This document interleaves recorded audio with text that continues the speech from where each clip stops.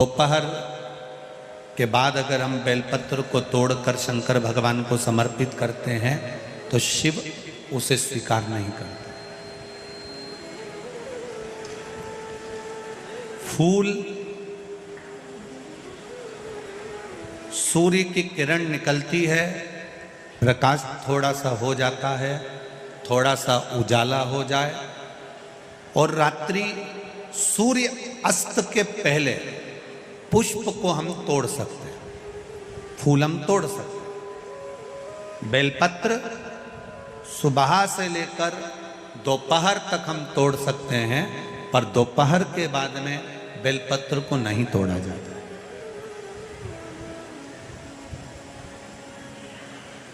चतुर्थी, अष्टमी, नवमी, द्वादशी, चतुर्दशी, अमावस्या, पूर्णिमा, संक्रांति, ये ऐसे पर्व हैं जिस दिन बेलपत्र को नहीं तोड़ा जाता। पुरानी बेलपत्र 1 महीने पुरानी भी रखी है। पुरानी बेलपत्र मंदिर के बाहर भी अगर निर्माल्य में उतरी हुई बेलपत्र किसी डलिया में पड़ी है, बहुत सारी बेलपत्र अगर किसी ने ले जाकर निर्माल्य को कहीं ले जाकर पटक भी दिया है मंदिर के कोने में, वहां से बेलपत्र उठा लो, उसको धो लो, साफ कर लो, वापिस ले जाकर महादेव को चढ़ा दो, वो स्वीकार कर लो।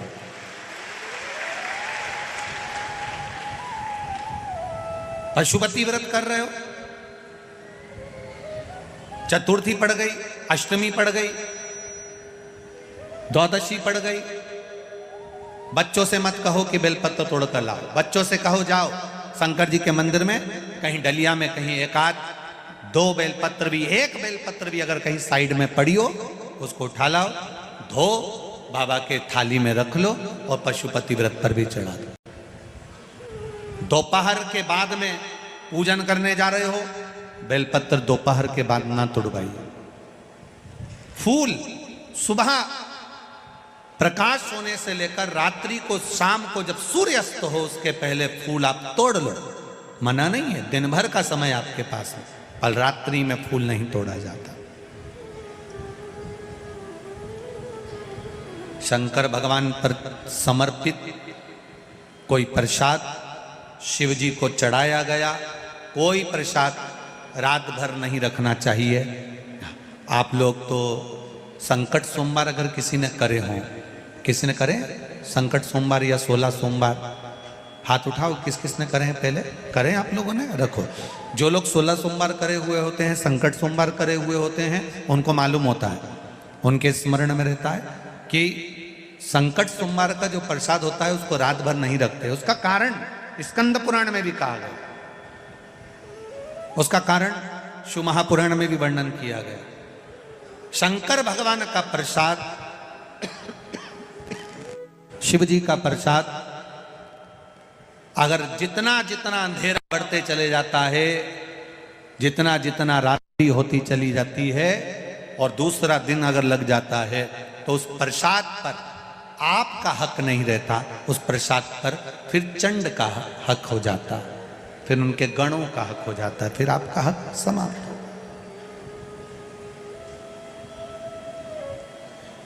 तीसरी बात का स्मरण करिएगा, एक तो बेलपत्र दोपहर के बाद न तोड़िए, दूसरा पुष्प रात में न तोड़िए, तीसरा चतुर्थी, अष्टमी, नवमी, द्वादशी, अमावस्या, पूर्णिमा, चतुर्दशी, संक्रांति, इस पर बेलपत्र ना तोड़िए। मंदिर की चढ़ी हुई, कहीं रखी हुई, कहीं अगर निर्माल्य में भी कहीं ले जाकर पड़ी है, वो भी समर्पित कर सकते हो। बेलपत्र तो यहाँ तक वर्णन करती है कि अष्टमी नवमी दोनों पड़ रही है और आपको बेलपत्र की जरूरत पड़ रही, तो एक बेलपत्र को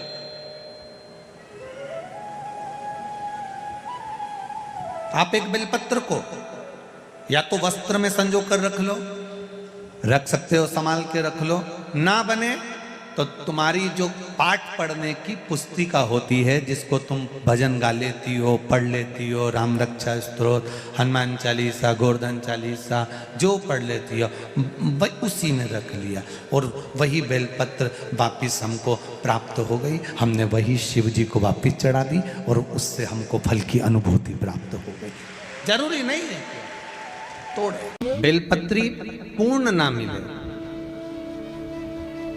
एक समय ऐसा आता है कि बेलपत्रियों को कीड़े खा जाते हैं, खंडित हो जाती है, सूख जाती है, बेलपत्री पूर्ण ना मिले।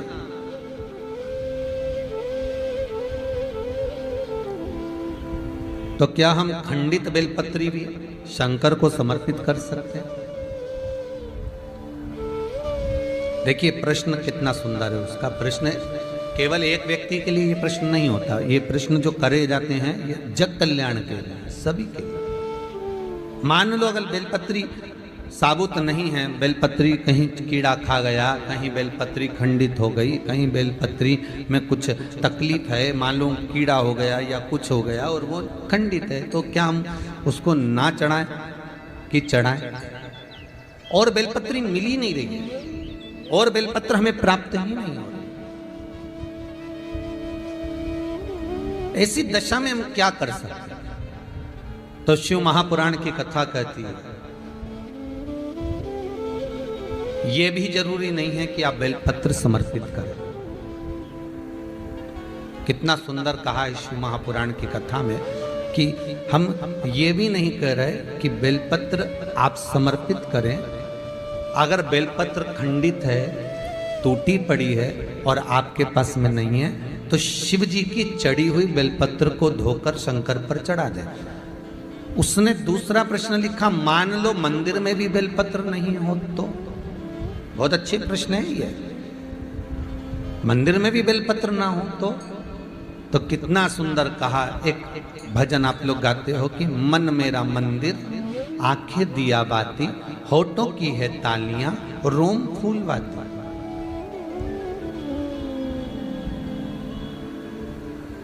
शिव महापुराण की कथा कहती है मान लो अगर ऐसे समय पर बेलपत्र नहीं है तो महाराज भगवान शंकर के शिवलिंग का दर्शन कर कर अपनी ये 3 उंगलियां शिव जी के शिवलिंग को समर्पित करो। कितनी उंगलियां? जम के बोलिए।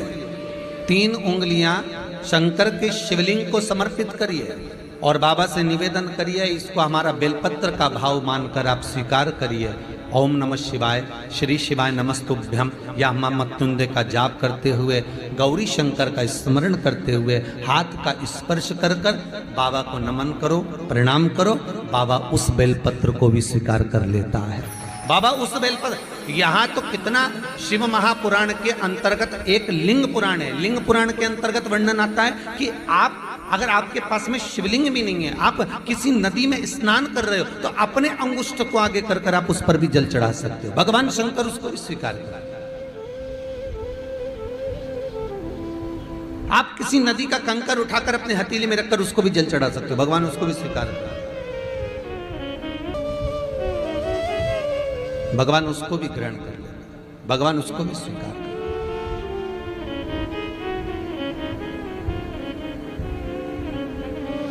जैसे गाय के दूध में पड़ा हुआ बेलपत्री का एक पत्ता चांदी के पात्र में दूध हो गाय का, उसमें एक बेलपत्री का पत्ता पड़ा हो और शिवरात्रि के दिन या तो दोपहर के 12 बजे या रात्रि के 12 बजे हाथ में लेकर अपने घर के चारों तरफ घुमाकर उसको ले जाकर अपनी कामना कर कर समर्पित कर देने से, उस दूध को, उस बेलपत्र को चढ़ा देने से जैसे लिंग पुराण कहती है कि मनोकामना पूर्ण हो जाती है, उसी तरह हाथ के स्पर्श मात्र से उस शिवलिंग पर बेलपत्र का भाव समर्पित हो जाता है। मात्र स्पर्श मात्र से।